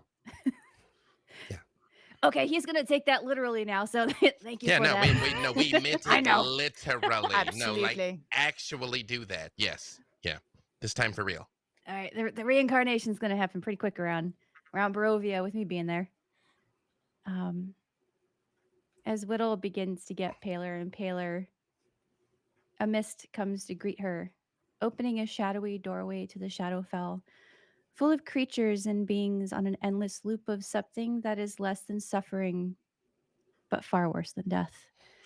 For many years, she will have tried and failed and tried again to improve the lives of those who are stuck, no matter the crime, no matter the remorse. She'll find a way to lead them to their final resting place. 300 years of this, nearly withered, nearly torn. She dreams a forgotten dream of a time when Strahd cleverly escaped this place and retraces the series of events that led to his death. Ah, yes. What a victorious memory to have. If I can hold on to this memory, surely I can find some sort of solace in it. After all, I've helped absolutely no one. Perhaps it's time to consider my efforts futile. How did that oversized mosquito use my Rend as a conduit anyways? It's been so long, I couldn't possibly recall. As she checks her bag of holding for nostalgic keepsakes, she finds the other half of Ren's heart. What's this? And she holds a large, halved crystal. And what was the crystal again, Todd? It's a bloodstone. A bloodstone crystal up to the moonlight as Rend aligns the other side of his heart with it. Rend! Why didn't you say something, you beautiful bastard? As Widdle jumps up to give him a spirited kiss on the cheek and crawls inside his chest cavity. And that is where Widdle's story ends for now. As Lord of Barovia. As Lord of Barovia. And so Widdle leaves. And she spends hundreds of years there. And you all go your separate ways. You still see each other sometimes, check in with the kids. Maybe a game of Dungeons and Dragons. Briv eventually lets other people run a game here or there. And we grow older, we grow wiser, happier. It takes a while to get used to not going on an adventure every single hour. I mean, some of us still do that. In point of fact, this is just like full baby Bjorn, just hook them up right here, and we just go. Yeah. And paintings are done of the heroes of the plains. There are songs that are sung. You hear them, and sometimes they are exaggerated a little bit, but you don't mind so much. Or you're like, that's not quite how it happened. But people remember you across the multiverse, all of you, for the difference you all made. There's some tawdry books written about Briv. That really part is all graphic. true. Tusk Love All- volumes 17 through Love is a 23. beautiful thing. The graphic It's- novel is so much more upsetting than the written word. Yeah, Briv, you gotta tell me who your Ghost Rider is, because this is amazing. The Ghost Rider is me. You were holding out, buddy. Yeah. Honestly. And these cities, they get rebuilt, and you see families that would not exist without all of you. And that has to affect you. There are places that would not exist without all of you being together. Waterdeep would not exist. You went up against the greatest evil and you stuck together. And people will always remember you. And all those people always hope that you will remember those times as well. And so at the end of all of this, the city where you all started from gets rebuilt. all these lives you saved, all these people you resurrected, and all these people you inspired. You know, it's the end. And somewhere there is a tree in a place where gods go to die, and the lich is dancing slowly to the sound of their favorite song on a wax cylinder with a dryad named Sophias. As thousands of years go by, no one forgets you. You're legends. You're famous. You are what people talk about to remind themselves that hope exists.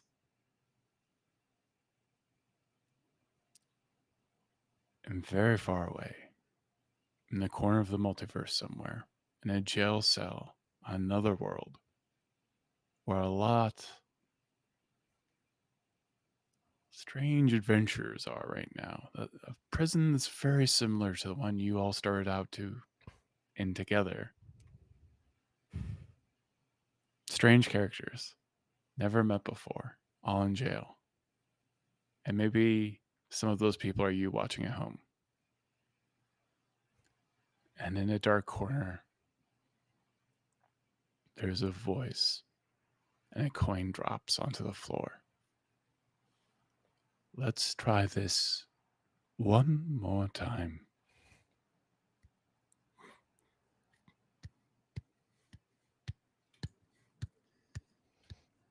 Todd I Kenreck, have- everybody. I have absolutely nothing to add to that except thank you all so very much for all of you who took this journey with us from, help me see if I can even get it in the right order, from Heroes of the Veil to Beyond Heroes to Silver and Steel, Fire and Forge. Fire and Forge is before Silver and Steel. Oh my god, Fire and Yep. Forge. Beyond Heroes. Five. Heroes of the Heroes Plains. of the Plains. Heroes of the Yeah. Plains, yes. Heroes of the Plains, yes. Put a little bit of D4 thrown in there. Yeah, well, quite a bit of D4 in there. And how dare they post that like gorgeous tribute to all of us earlier today? Like, they're still trying to get me back for what I did to them when I ran an episode of their show. But thank you all. Thank you all for playing. Thank you all for watching.